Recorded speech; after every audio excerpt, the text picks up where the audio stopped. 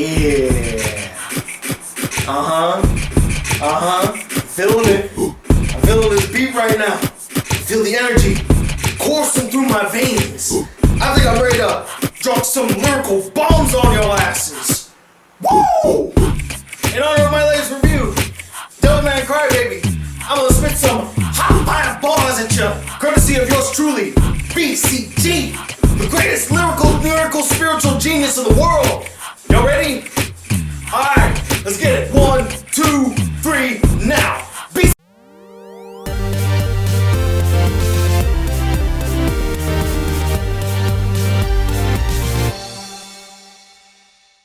Hello, fellow demons. Black Devil Guy, here today to review the latest Netflix anime series, Devilman Crybaby. So in Devilman Crybaby, demons exist in the world and are secretly possessing depraved human bodies. And to combat this, a professor by the name of Ryo Asuka enlists the help of his childhood friend Akira Fudo to be possessed by one of these demons while still retaining his humanity, becoming the demon fighter known as Devilman. And while things seemed simple and straightforward at first, it becomes more complex and blurred as time goes on. Now, I've never heard of this anime, nor did I even know it was coming out on Netflix. I stumbled upon it completely by accident. I went to Netflix to watch the new Netflix series called The End of the Fucking World, which looked pretty interesting from what I saw from the trailers, and I wanted to see what they were going to do with it. But once I got to Netflix, the banner displayed this anime called Devilman Crybaby, and I scratched my head like, this came out too? What is this about? I watched the trailer, and after finishing it, I sat there thinking, that looks weird and bizarre on so many levels. But I'm fascinated enough to check it out. But before I began watching the series, I saw on Twitter that Digibro recommended a video by a guy called HyperBitHero that details the long history of Devilman, which was quite eye-opening and informative. I did not know that this anime was based off of a manga made decades ago, and that it actually had an OVA series that was pretty damn good looking. I mean, I saw the animation in it, and I'm like, wow, that's quite impressive for the 80s and 90s. And I highly recommend that if you are interested in learning more about Devilman Crybaby, check his video out. There'll be a link up here and in the description. Like I said, it's very informative, it's very well constructed, and he actually got me more interested to check out Devilman and Devilman Crybaby. Now, I decided to watch Devilman Crybaby first because I did not want to be tainted by the original and kind of compare it constantly to the original, although it's kind of too late because he did give me all that information. And when watching Devilman Crybaby, I cannot help but compare it to the original manga and the OVA series. But I'm going to do my best not to do it and just judge it off of its own merits, as its own standalone series. But I have to say, if you are a fan of Devilman, you might not really like Devilman Crybaby. They take a lot of liberties with the concept, with the material. As for me, what did I think about Devilman Crybaby? It's serviceable. That's the best way I can put it. I can't say it's great, nor do I think it's bad, but it missed the mark, for me at least.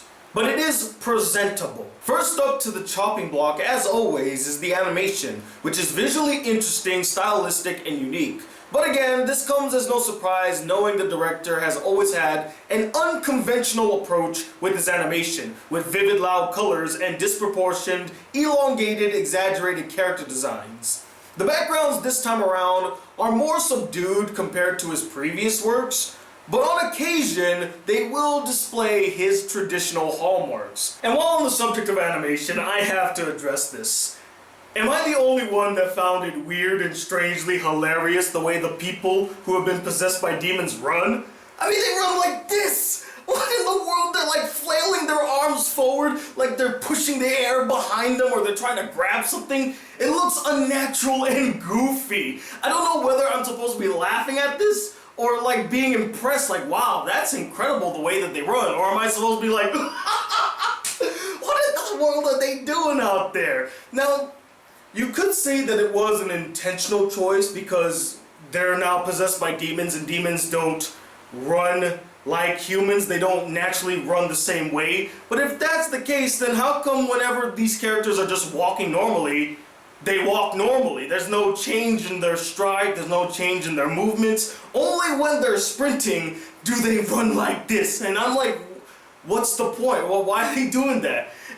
I want to really know what was the intentions behind it, because if it was meant to be taken seriously, it failed. But if it was supposed to be something ridiculous and corny and goofy, then it worked. It definitely did, but I don't know. It just kind of stuck out like a sore thumb, honestly. It did not really need to belong in this anime, but honestly, I'm glad they did, as they gave us the first gift of 2018. I want to see this blowing up everywhere. There were some aspects to the story that were well handled and interesting, especially in the second half of the anime, which, in my opinion, was the strongest part of the series, especially episodes 8 and 9, which really hits you with the emotions. There's a scene in episode 8 that honestly will make it in my 12 days of anime if I actually complete it this year, where a father has to make a really tough choice when it comes to his family. And I really felt the emotions in this scene. It was very well executed, the acting was on point, the animation was amazing, everything about that particular scene was great. And I felt the dilemma that this father was going through. I mean, I almost started to tear up because this was a tough situation. This was a tough call, and I don't even know what I would have done in that situation. It would be too close to call. And episode 9, while being very preachy for the first 10 minutes, which is a problem I will address later on, has a lot of great emotional moments, character interactions, character resolutions, and really embraces the darkness of its story and world. I mean, the ending to this episode, man, that sucked. That really sucked.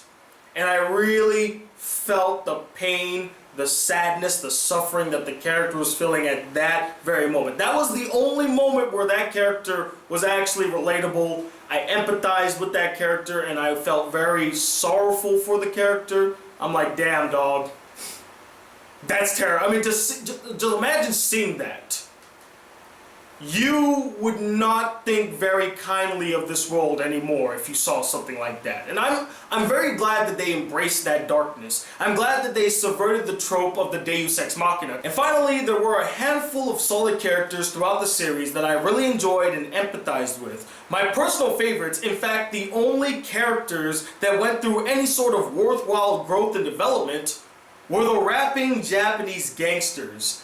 Every time I saw these guys on screen, I smiled because I just enjoyed their presence in the series. I enjoyed what they brought to Devilman Crybaby. They actually brought some enjoyment, they brought some characterization, and they brought some depth. I was surprised how much I really enjoyed them. I enjoyed them more than the main character.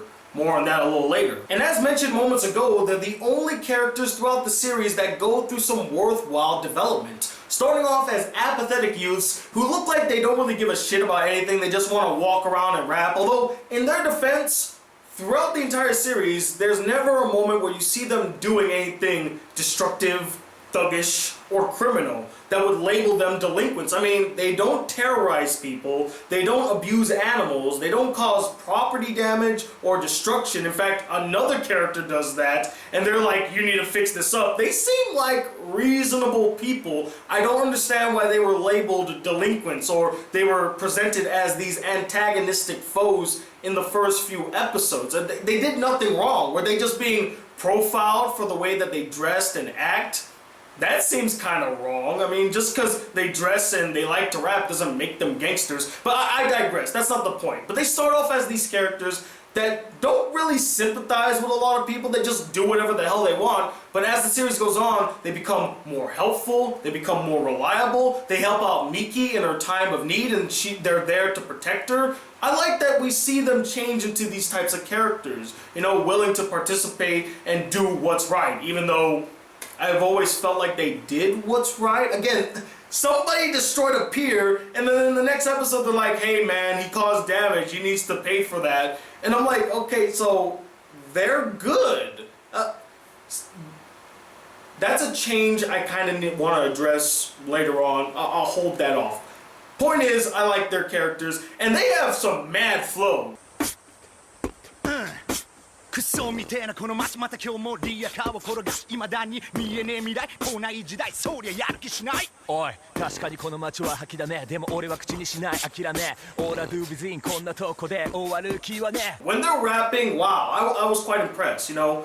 Japanese rap, to me, is decent, but rarely is it ever great. And this is an example of it being great. I mean, these guys have flow, the Beatmaster was on point, I liked it.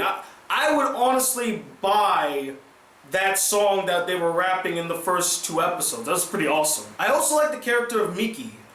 Both Mikis. We'll start with the sweet and optimistic one. Now, at first, she sort of rubbed me the wrong way as I found her kind of generic, boring, and this stereotypical love interest character who seems so perfect, like she's without any flaws, and that is still the case with her character, but the point of her character is that she is this bright light in an otherwise dark anime. She is the ray of optimism that keeps hope for humanity alive. She is a vital part of the series. You need a character like that, because if it's all just gloom and dour, it's just going to bring your mood down. You need a character that keeps hope alive. That is her purpose in the series, and she does it very well. Although it would have been nice to see her a bit challenged in some areas, but I got the point of her character. And I also wish that they developed her relationship with Akira a little bit more. I never really felt that they had a bond, but I'll say that for later. And then there's the other Miki, who I feel like is the more complex of the 2 Mikis, as she has this whole identity crisis where she wants to stand out as the real Miki, but people call her Miko because the other Miki is just so great and flawless, she's so perfect in every way that she can't really live up to that standard. She's not as fast as her, she's not as pretty as her, people don't look at her the way that they look at Miki. I liked the personal dilemma that she faced and her battle with her own identity and trying to overcome a rival. I liked that direction. I liked her character arc. Although I will say that her arc comes to an abrupt end, I will say that I was glad that they resolved it by the end. I was scared that they weren't going to resolve it, but they actually have her confront Miki and have her express all the turmoil that she was going through living under her shadow. I'm glad that they did it. It was very well done. And she was a really enjoyable character. Although there is one thing in regards to Miki number 2 that rubbed me the wrong way.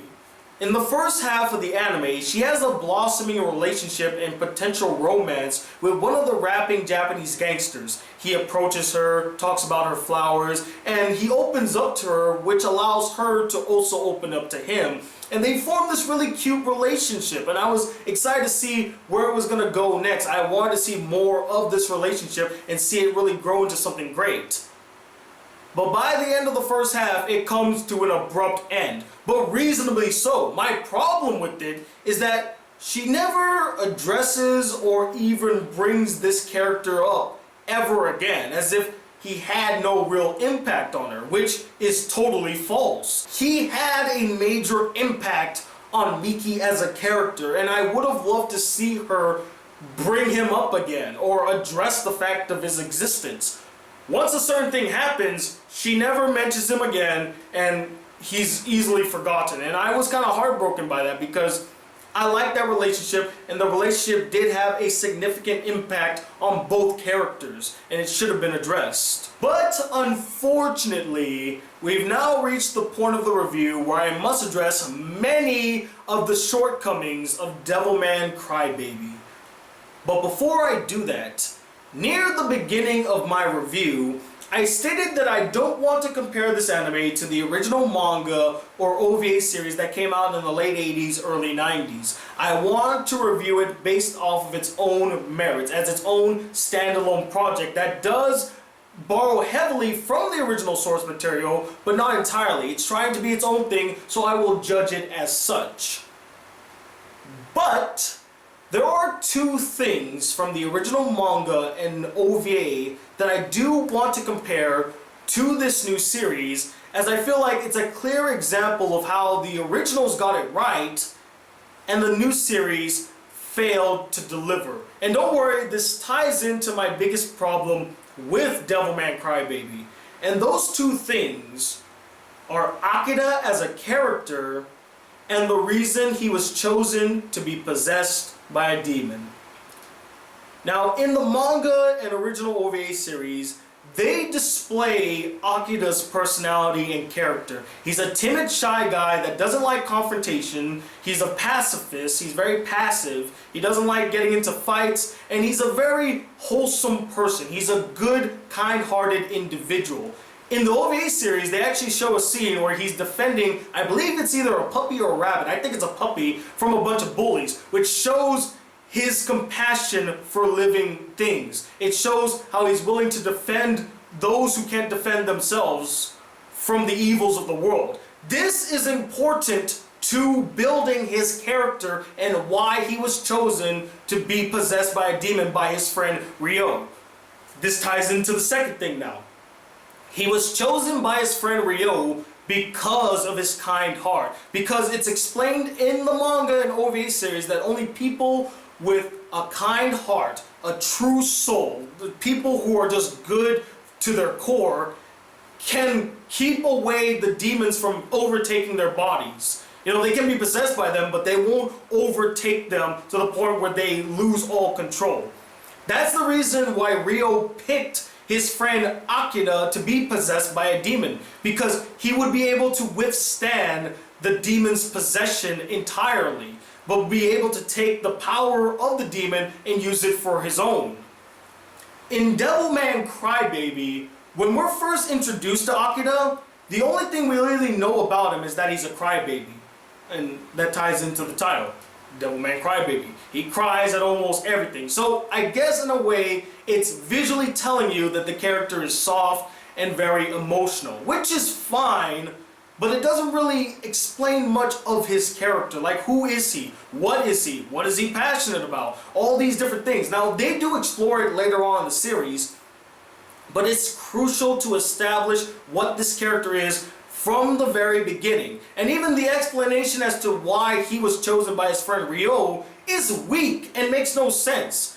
He just shows up one day and says, "Hey, Ryo, come with me. I got something to tell you." He tells him about the whole demons are all over this world and we have to fight off them, but we need to get one in order to use their powers against them. He doesn't say like because of your kind heart, it's because of your strong will, and it's for your compassion for humanity and life. That's why I chose you. It's like, oh, you're my buddy.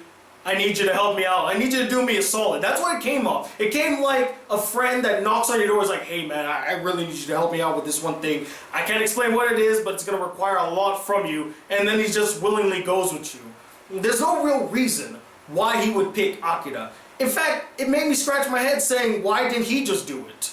I mean, he has such a strong constitution, he could just be possessed and use the powers for himself. Why did he have to recruit Akira? The new series does not explain this. They don't establish who Akira is as a character and why it's so important for him to be the one that's possessed. Well, the reason why he should be the only one that's possessed. The originals explain it very well, very masterfully. They show what this character is like and they give us a reason. Here, they don't establish the character right off the bat, and they give us no reason. It's just like, hey, this guy's a nice guy, let's go with that. And I guess that ties into my biggest problem with Devilman Crybaby. Akira as a character. Out of all the characters in this show, he's my least favorite. He's the one character I could care less about, which is a damn shame, because he is the main character. He's the one that we're supposed to be following and rooting for, but the problem is that I don't root for him. I don't care for him. He's basically the modern day male lead character in an anime. If this was a romantic comedy, he would be that guy in a nutshell. He has no real standout personality besides the fact that he cries a lot and he gets emotional. That's his personality. And I'm sorry, but that's not interesting to me.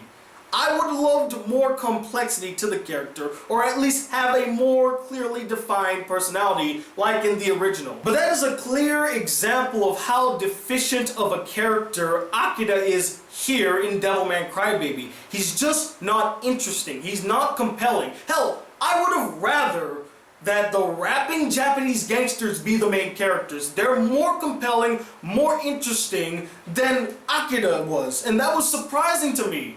And I didn't like the fact that in episode 2, Akira, for some reason, confronts them and then attacks them for no reason. Like, unprovoked. He just shows up. It's not like these gangsters attacked him in the previous episode or attacked Miki. They just stood around and talked to her. They were hollering at her. So he had no reason to attack these gangsters. Whereas in the original, again, there was a reason. They tried to attack a helpless animal. So he, being somebody that cares deeply for life, defends those who can't defend themselves. That's why he beat up the bullies. So, yeah, I'm sorry. Again, I don't want to keep comparing the two, but that was a problem that I had. And if we were to judge Akira just solely as a character here in this anime, he still wouldn't be good. He's very boring. He's not that interesting.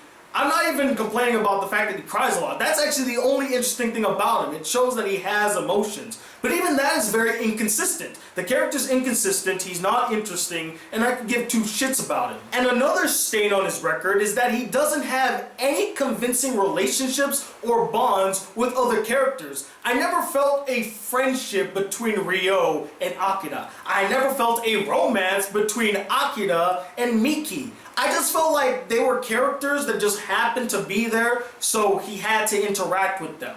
And yes, you're going to tell me that in later episodes they fleshed this all out, but I'm sorry, it's too little, too late, and the development that they were given wasn't that good enough. It wasn't good enough to really establish or convince me that there is a bond here. Especially because we had like 5 or 6 episodes where they're interacting and I felt nothing.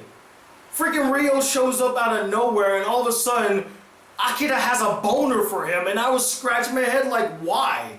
What was their relationship prior to the first episode? They don't show it, so we don't know what level of friendship that they had.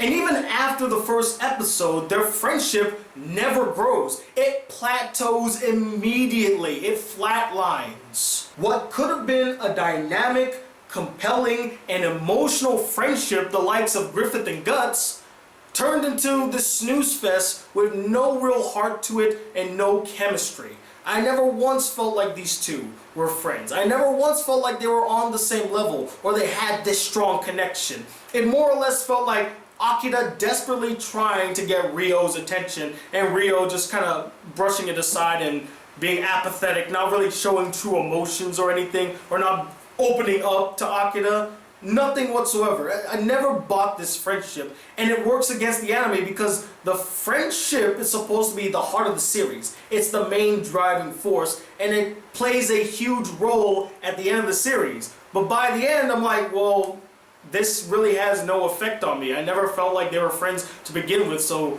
this altercation makes no sense to me. I don't feel it at all. The second biggest problem lies in the story.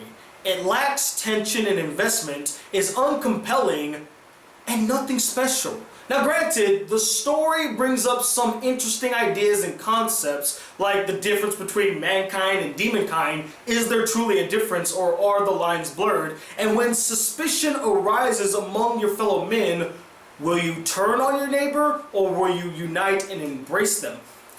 The anime takes the concept of McCarthyism to the nth degree, and I actually liked that approach. And had these concepts, these ideas been executed better, this would have been an amazing story fraught with a lot of intrigue and introspection. But the problem lies in the execution. The execution wasn't all that good, and while it does bring up all these points, they don't go anywhere with it. And when they do, they become very preachy. Like the whole thing about turning against your fellow man, being suspicious about it. In episode 9, as I mentioned earlier, there's a point where the main character, Akira, as Devilman, shows up to this place where people are stoning other people that they suspect are demons. And he's like, stop, don't do all this, they're kind people. What's the difference between demons and humans anyway? We can still be good, we can live. And I'm just like, what's this preaching going on?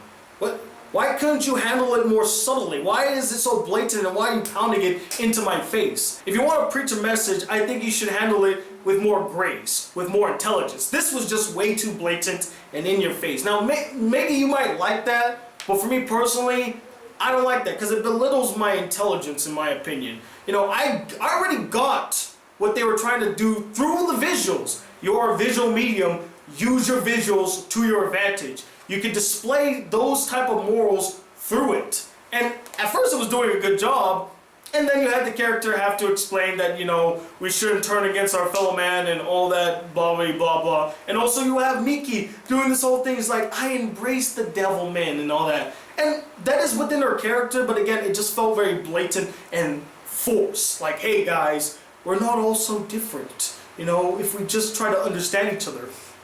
And it reaches the point where they all stop throwing rocks and they start hugging Devilman, like, oh, I embrace you. I'm like, okay, that just seemed a bit too silly for me. It was too outrageous. And I said that the story is nothing special. And the reason I say that is because this concept, this idea, has been done before in another anime and done 10 times better. And that anime is Parasite.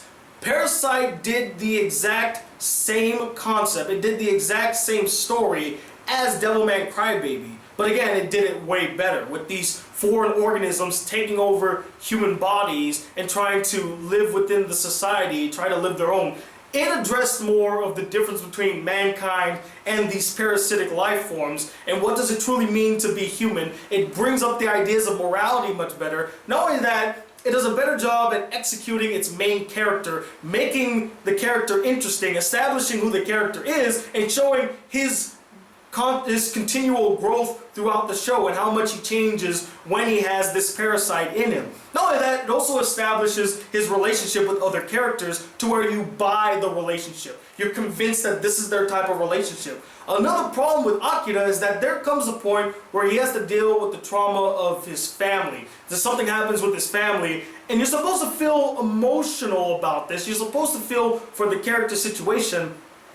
But I felt nothing because they never established his relationship with his family.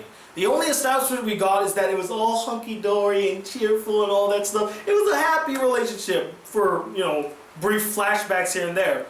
In Parasite, we get a couple of episodes where the main character spends time with his family so that when something bad happens, you actually feel the pain.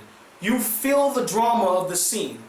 That doesn't happen here in Devilman Crybaby. And before any of you say it, yes, I understand Devilman Crybaby is only 10 episodes, whereas Parasite had 24 episodes. It had a much longer runtime to tell its story.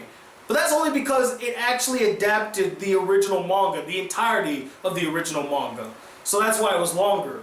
And even though it was longer, that doesn't mean that it couldn't express all that in 10 episodes. Just because Devilman is short doesn't mean it can't approach this concept within 10 episodes. A great writer could have done something like that. And bouncing off the story, while it did bring up some interesting concepts, there were other concepts that were also brought up that they went nowhere with. Like in episode 5, they kind of addressed the idea of demons having feelings or forming relationships based off of mutual respect, adoration, or love.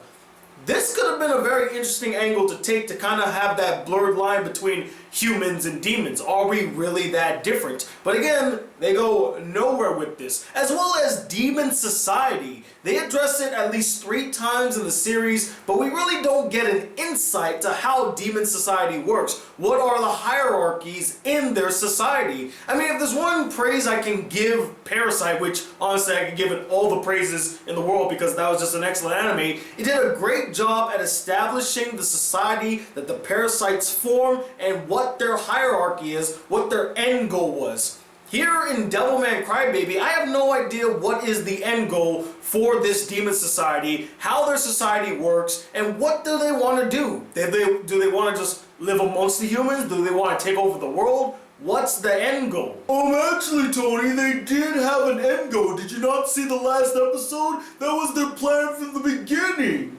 No, I'm not gonna give you that. That was clearly not the demon's end goal from the start. That was the end goal of one individual, and the demons decided to tag along because it just seemed like the right thing to do. And even then, that wasn't really that individual's intentions from the start of the anime. It was just something that was a revelation to the character. Oh, get it? Revelation? Oh god, no. No, this is not the time for puns, Tony. This is not the time for puns. Get back to the topic.